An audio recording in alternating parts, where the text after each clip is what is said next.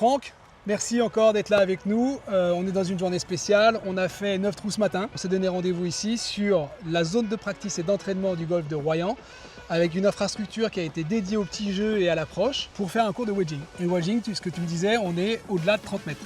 Alors, ce qui est important, c'est déjà de définir ce qu'est le wedging. Le wedging, c'est assez simple. En dessous de 30 mètres, c'est le petit jeu. Le plein swing, le grand jeu commence à la distance de votre plein sandwich. Donc le wedging, c'est une mesure qui dépend de chacun. Donc vous allez prendre votre sandwich, votre 56, et vous allez démarrer avec un demi-coup. Donc ce que je te propose, c'est de faire un demi-coup, et puis on va regarder où ça tombe. Là, celle-là, je l'ai grattée, et elle est à gauche. Ok. Ça, c'est mon défaut principal d'ailleurs. On n'aura pas l'occasion à travers cette vidéo de le démontrer, mais votre œil ne voit pas la ligne droite. Ça veut dire que concrètement, si vous vous contentez de vous placer dans l'axe, balle objectif et de vérifier que le club est bien aligné, ça ne suffit pas. Donc le seul moyen de savoir si on est bien aligné, je ferme mon œil non directeur. Moi je vise mon œil directeur, c'est le droit. Je ferme l'œil gauche, je mets le manche parallèle au shaft qui est au sol. Et là ici, je vois que le fer 4 au sol est en plein sur le bleu. Donc comme il y a une notion de parallèle, il va falloir qu'il soit à peu près 30-40 cm à gauche ici. Voilà, là on est parfait, donc juste à gauche, là je sais que objectivement mon club au sol est parfaitement aligné. Et on va profiter de ce temps-là pour travailler en même temps ce qui est un de tes défauts que j'ai observé sur le parcours, ton alignement. Donc oui. L'alignement, la plupart vous savez comment ça marche, prise de point de repère. Une fois que j'ai mon repère ici dans l'axe, je place mon club, je m'organise en face, je regarde et j'y vais. Et là, vous avez votre partenaire ou le pro qui dit t'es aligné à droite. Il dit bah non, c'est pas possible, attends, j'ai fait tout ce qu'il faut. Ce qui se produit invariablement non, 90% des joueurs, c'est je me mets tout carré, je regarde, mon ressenti me dit que je suis à gauche. Et là, vous avez le petit piétinement fatal. Voilà, ici, tac, là, ça y est, j'ai mis 10 degrés à droite. Je me sens bien, j'y vais. Donc ma routine n'a servi à rien parce qu'en fait je me suis mis à l'aise par rapport à mon ressenti.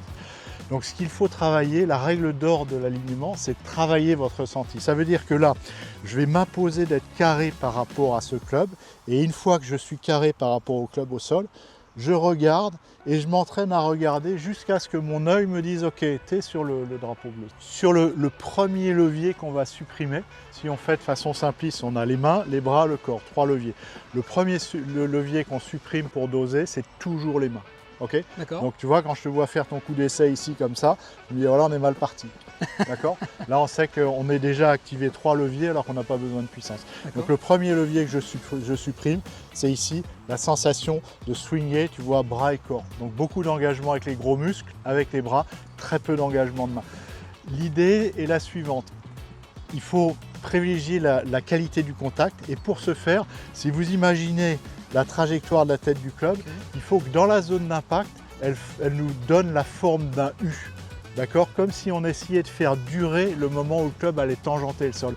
Et si je viens armer les mains, eh bien mon club il va plutôt faire un V. Et à ce moment-là, la capacité à bien toucher la balle avec un club qui arrive comme ça, elle est très faible. D'accord? Donc l'image, c'est vraiment le U, l'impression que je vais faire durer le moment tangent. Ok.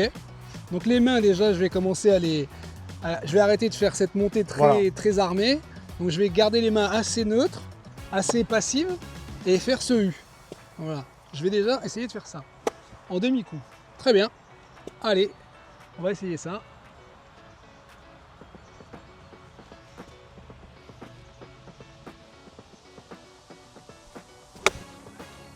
Ah, déjà là en ligne. Ok. Et là déjà, tu vois, on a un coup qui est très bien contacté. Sur le wedging, on va essayer de supprimer le maximum de variables. Donc là, par exemple, dans les variables que tu actives encore, Greg, tu viens à droite et à gauche. Ça sert à la puissance. Est-ce qu'on en a besoin? On n'a pas besoin de puissance. Donc là, ici, ce que je te propose, c'est de resserrer le stance. Le droite-gauche ne nous sert pas à grand-chose. Tu vas caler ton appui à gauche. Et la sensation, ça va être de garder, tu vas caler à gauche 60%, ça suffit. Et tu vas avoir la sensation dans le backswing de rester 60 à gauche. Peu par-dessus, un peu par-dessus, un peu forte à gauche. Celle-ci, tu as vu, elle est partie en poule. Ouais, et je suis revenu un peu comme ça là. Voilà. Donc là, tu vois, le pull, il est venu, et ça, c'est une faute qu'on retrouve un peu dans tout ton jeu. ton premier temps de descente, c'est une rotation chez toi. Tu vois, tu as tendance ici à ouvrir tout de suite. Et si je commence ma descente en tournant, le club va passer devant. Okay, donc là, tu vois la sensation. Pour toi, même si tu es déjà un peu calé à gauche, c'est juste une légère translation. D'accord? Donc je recherche plus une action latérale des genoux et du bassin et pas une rotation. Ok, beaucoup mieux. Et là, tu vois que ta balle est en ligne. Celle-ci est tombée à 42 mètres. Donc tu as vu la première 39, celle-là 42. Là, on est pas mal. Donc tu vois, on est sur une variation de moins de 10%.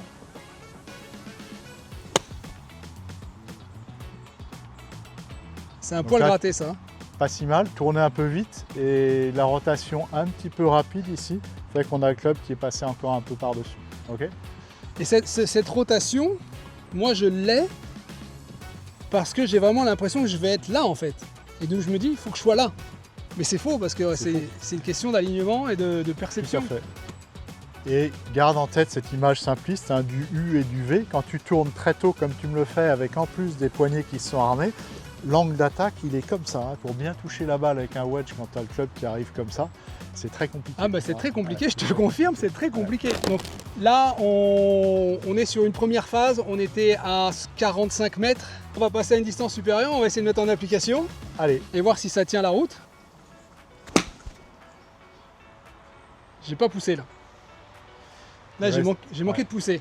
T'as pas poussé, par contre tu t'es pas baissé, ça c'était intéressant. Tu vois, on n'a pas eu du tout cet à-coup sur les jambes que tu donnes trop oui, souvent. À la montée là, donc je cherche bien à rester bas, à rester ancré pour pouvoir monter. Ok, super. Et là tu vois ça, si tu regarderas tranquillement la vidéo, ce swing là n'a plus rien à voir. Tu vois. C'était très inesthétique là, de cette flexion de jambe que tu avais où on sentait qu'il y avait comme une espèce presque de panique dans la zone d'impact. Ah, il y avait carrément panique. Là il a disparu, tu vois. Là on a une stabilité de bas du corps qui fait que ton contact était bon, tu vois. Voilà, super. Tu vois, on a un son qui commence à être doux, à être léger. Hein, et du backspin et tout. Hein. J'avais une question à te poser sur le parcours ce matin, mais je l'ai gardé pour ici. En gros, on a sur le parcours la stratégie, voilà, et pour ma part, j'ai pas mal de distance au drive, et si un jour je suis bien, je suis en canne, je me pose souvent la question, est-ce que je drive pour me mettre le plus près possible du green et me laisser 60 mètres? Et souvent, je me dis non, parce que j'ai pas ce wedging, et je me freine un peu, ou alors je me dis, bon ok, mais c'est pas grave, je vais faire par, alors que je peux très bien aller chercher un birdie. Soyez intelligents, faites ce que j'ai fait aujourd'hui, que j'ai peut-être attendu un peu trop longtemps pour le faire à 45 ans. Prenez un cours de wedging, allez voir le pro du coin, à votre club, n'importe où, qui vous donne les clés pour gagner des points dans ce secteur de jeu. C'est un secteur exigeant, c'est pas facile, vous voyez, on l'a vu. Je suis 8 d'index, donc je me débrouille sans avoir un très bon petit jeu, un très bon wedging. Mais je suis sûr que grâce à ça, merci Franck, je vais réussir à gagner quelques points. De rien, Greg. Voilà. Après, juste la réponse à ta question, bien sûr, si vous avez vraiment une zone de jeu que vous ne maîtrisez pas, on évite de s'y mettre. Mais là, tu vois, après ça, je pense que tu vas pouvoir driver et jouer ton wedge. Allez, c'est parti. Merci Franck. Bonne journée.